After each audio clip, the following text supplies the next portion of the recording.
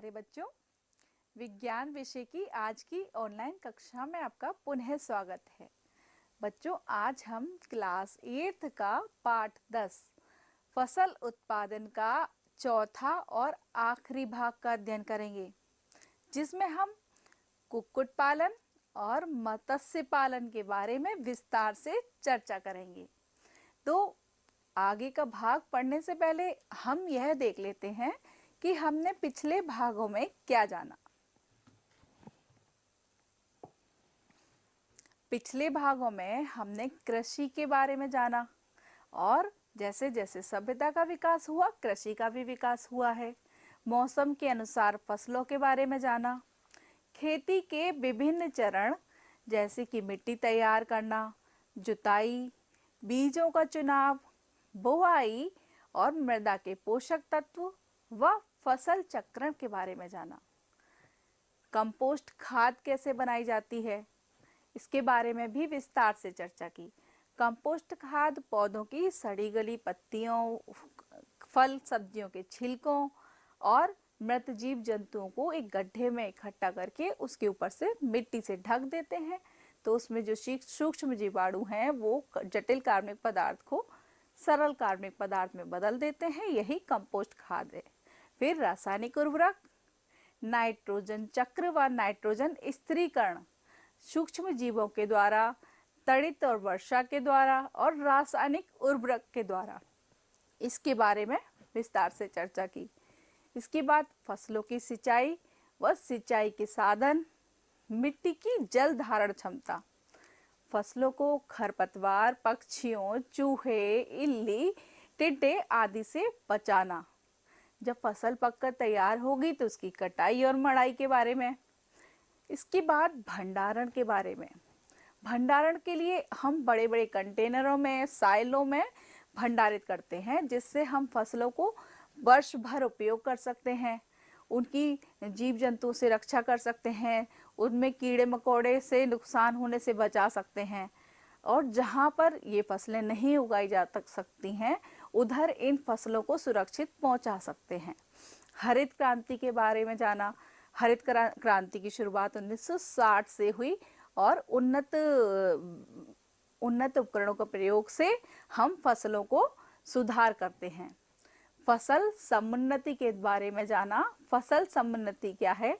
इसके बाद हमने पशुपालन में दुग्ध उत्पादन करने वाले पशुओं, गाय भैंस के बारे में विस्तार से चर्चा की। उनको डेयरी फार्म में रखा जाता है, उनके भोजन के बारे में, उनके भोजन में क्या क्या चीज़ें दी जाती हैं, उनकी सुरक्षा कैसे की जाती है, उनको अगर बीमारियां हो जाती हैं तो उनका कैसे ट्रीटमेंट दिया जाता है, इस बारे में। और संकर जाति की, जो उनको संकरण के द्वारा उन्नत किस्म के पशुओं को कैसे विकसित किया जाता है, इसके बारे में हमने विस्तार से चर्चा की।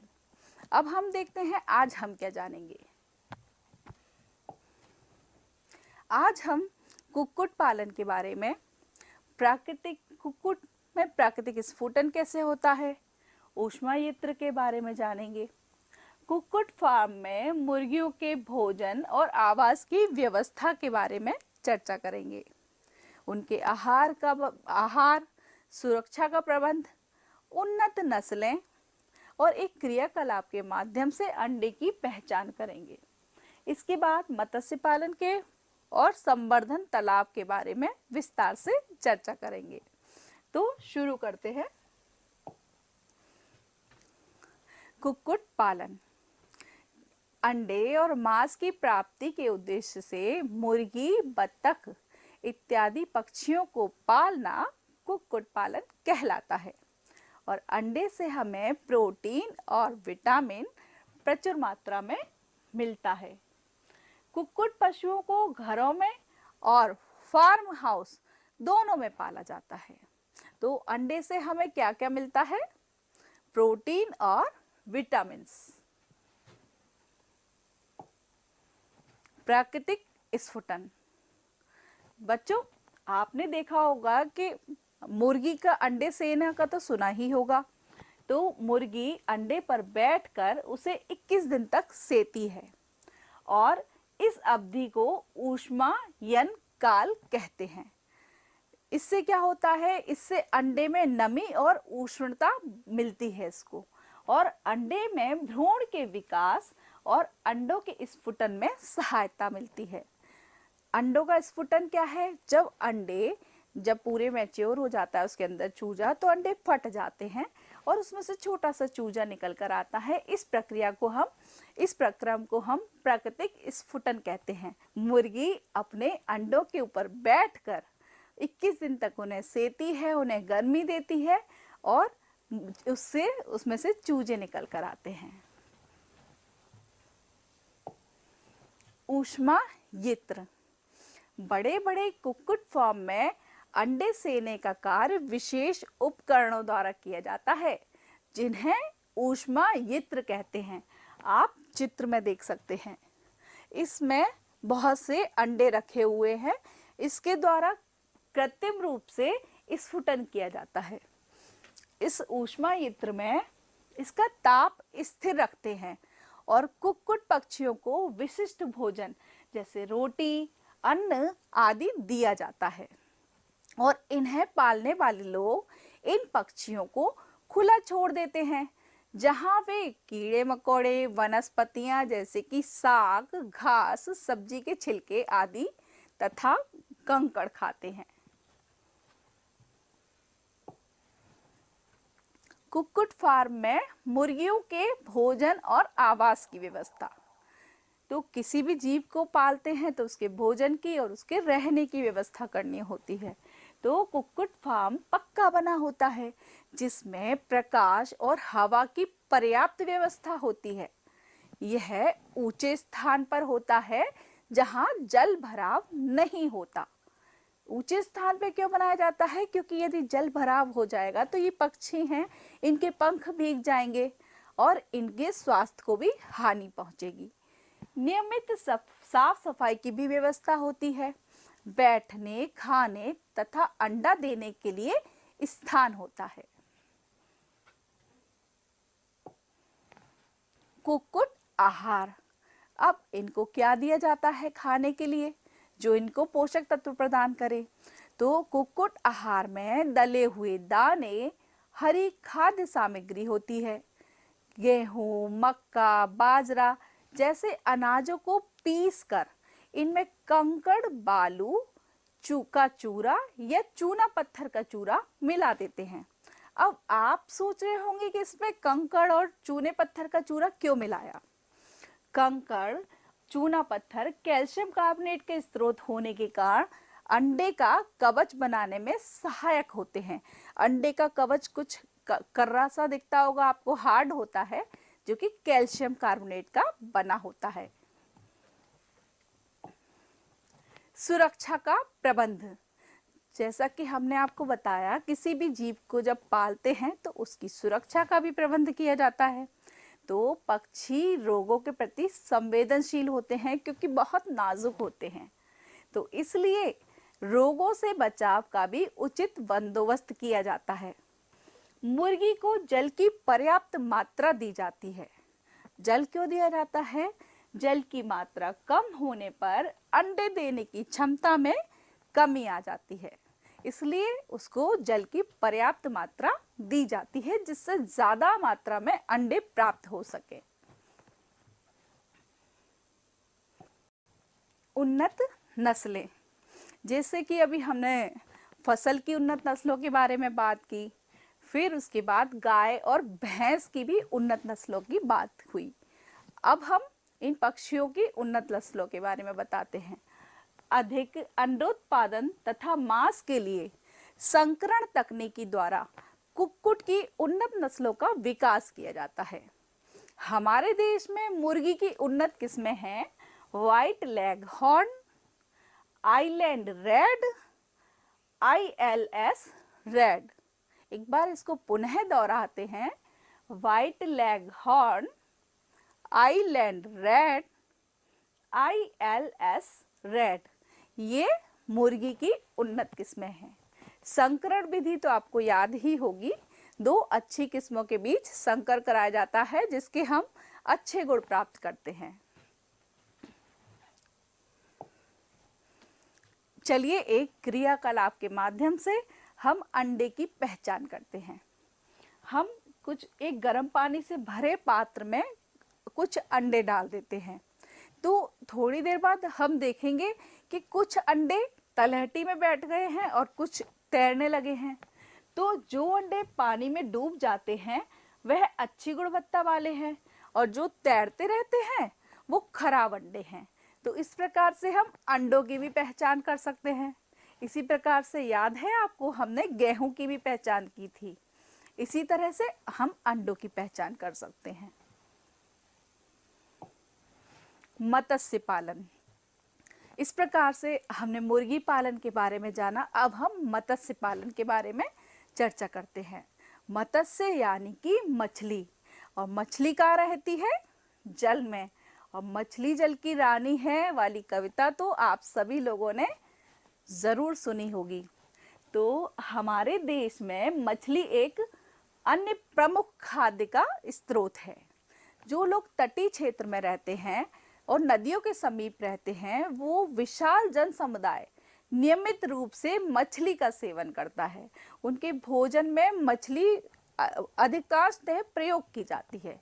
और मछली में ऐसा जंतु है जिसमें प्रोटीन प्रचुर मात्रा में पाया जाता है, अतः यह जंतु प्रोटीन का एक समृद्ध स्रोत है।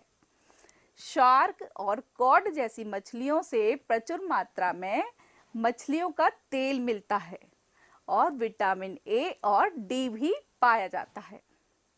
और बच्चों, क्या आप जानते हैं कि मछली की पूंछ, पंख और हड्डियों का उपयोग खाद के रूप में भी किया जाता है?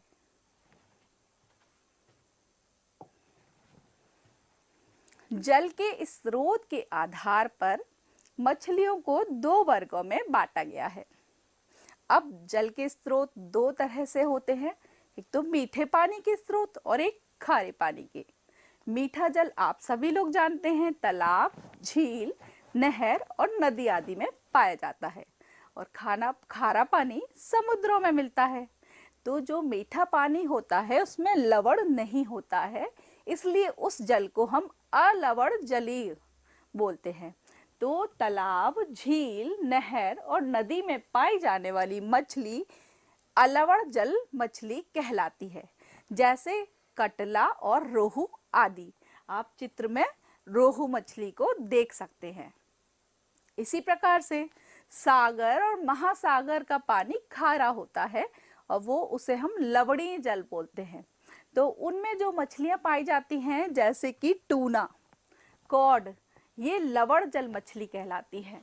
आप चित्र में देख सकते हैं, एक टूना मछली है, और क्योंकि बहुत बड़े समुद्र में, सागर में होती है, तो ये विशालकाय भी होती हैं। अधिकांश मछलियां बहुत बड़ी बड़ी भी होती हैं। तो इस प्रकार से जल के स्रोत के आधार पर मछलियां दो प्रकार की होती हैं, अलवण जल मछली और लवण जल मछली। अलवण जल मछली कटला और रोहू है, और लवण जल मछली टूना और कॉड है। संवर्धन तालाब, बड़े स्तर पर मछली पालन मत्स्य पालन कहलाता है। इसके लिए कुछ तालाबों को मत्स्य उत्पादन तालाब या नर्सरी के रूप में विकसित किया जाता है। यहाँ स्फुटन के फलस्वरूप छोटी मछली विकसित होती है, जिन्हें वृद्धि करके संवर्धन तालाब में स्थानांतरित किया जाता है। जब मछली छोटी छोटी सी मछलियां निकल आती हैं, तो उन्हें दूसरे तालाब में स्थानांतरित कर देते हैं, जिसको हम संवर्धन तालाब कहते हैं। और वहां क्या होता है, चलिए देखते हैं।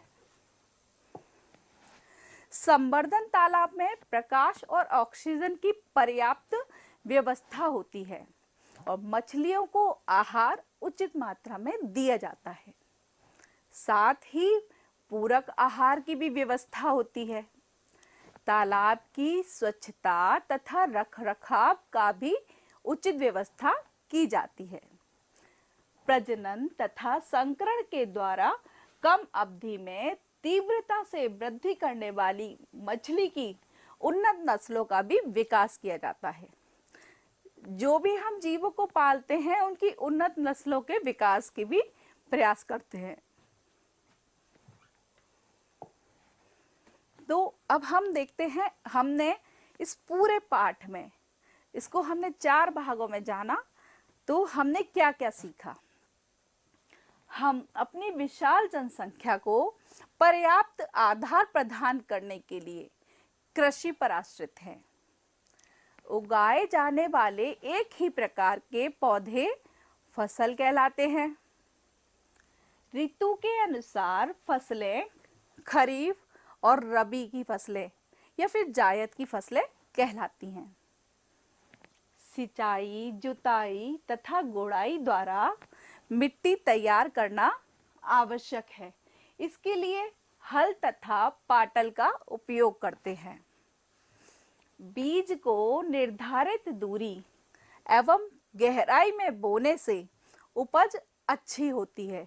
हमने आपको बताया था कि गहराई में बीज बोएंगे तो हम बीज को उचित पोषण, उचित उर्वरक और सूर्य का प्रकाश प्राप्त होगा, तो उपज भी अच्छी होगी। स्वस्थ बीजों का चयन करने के उपरांत उन्हें बोते हैं और बुआई हाथों अथवा बीज बेधक की सहायता से की जाती है। किसकी सहायता से बुआई की जाती है? हाथों से भी करते हैं, बीज बेधक से भी करते हैं, इसे हम सीड ड्रिल भी बोलते हैं, और डिबलर की सहायता से भी करते हैं। सिंचाई विभिन्न स्रोतों से की जाती है। कुएं, तालाब, नदियां, ट्यूबवेल और वर्षा के जल से। सिंचाई का समय तथा आवृत्ति मिट्टी के स्वभाव एवं फसल की किस्म पर निर्भर करती है। मिट्टी में पोषक तत्वों की कमी को पूरा करने के लिए खाद और उर्वरकों का प्रयोग किया जाता है, और जिसके बारे में हमने विस्तार से चर्चा की थी। हमने कौन कौन से मिट्टी में पोषक तत्व बताए थे, आप लोगों को अच्छे से समझ में आए होंगे। फसल की अच्छी वृद्धि के लिए खरपतवार नियंत्रण भी आवश्यक है। फसल की कटाई एवं मड़ाई हाथों द्वारा अथवा मशीनों जैसे कि कंबाइन से की जाती है। इसका चित्र भी देखा था आपने कंबाइन मशीन का। खाद्यान्न का भंडारण बड़े गोदामों एवं साइलों में किया जाता है। संकरण द्वारा गेहूं, चावल, मक्का आदि की उन्नतशील किस्में विकसित की जाती हैं। इनके हमने आपके नाम भी बताए थे, उनके नामों की भी चर्चा की थी। दूध, अंडे एवं मांस जैसे प्रमुख खाद्य पदार्थ प्राप्त करने के लिए गाय, भैंस, कुक्कुट तथा मत्स्य जैसे जंतुओं को पालते हैं। और किसी भी जीव को पालते हैं तो हम किन किन बातों का ध्यान रखते हैं, इसके बारे में भी हमने विस्तार से चर्चा की। जैसे पालतू जंतुओं को, पशुओं को समुचित आहार दिया जाता है, उनके आवास की, रहने की व्यवस्था अच्छी होनी चाहिए, उनकी देखभाल होनी चाहिए, उनको समय समय पर डॉक्टरों को दिखाना होता है, रोगों से सुरक्षा की आवश्यकता होती है। पशुओं से प्राप्त खाद्य पदार्थों का उत्पादन पशुपालन की उचित पद्धतियों तथा संकरण के द्वारा नस्ल सुधार करके बढ़ाया जाता है। तो इस प्रकार से बच्चों हमने इस पाठ को आज समाप्त किया है। अब हम कुछ अभ्यास कार्य करते हैं, तो चलिए शुरू करते हैं। एक कुक्कुट फार्म में पक्षियों को दिए जाने वाले आहार का वर्णन कीजिए। तो हमने आपको बताया था एक कुक्कुट फार्म में पक्षियों को क्या क्या दिया जाता है। अनाज के दानों को और कंकड़ आदि दिए जाते हैं। गाय और भैंस की दो उन्नत किस्मों के नाम बताइए। तो ये आप अपनी अभ्यास पुस्तिका में लिखिएगा। अंडों की गुणवत्ता की जांच कैसे करेंगे? तो जिसके लिए हमने एक बहुत ही खूबसूरत प्रयोग किया था। 2 अंडे हमने लिए थे जिनको गर्म पानी में डाल दिया। थोड़ी देर बाद देखेंगे कि कुछ अंडे नीचे बैठ जाते हैं और कुछ तैरते रहते हैं। तो जो अंडे नीचे बैठ गए हैं वो अच्छी किस्म के हैं और जो तैर रहे हैं वो अच्छी किस्म के नहीं हैं। ऊष्मायन काल किसे कहते हैं? ऊष्मायन काल के बारे में बताया था। मुर्गी 21 दिन तक अंडों के ऊपर बैठती है और उनको सेती है।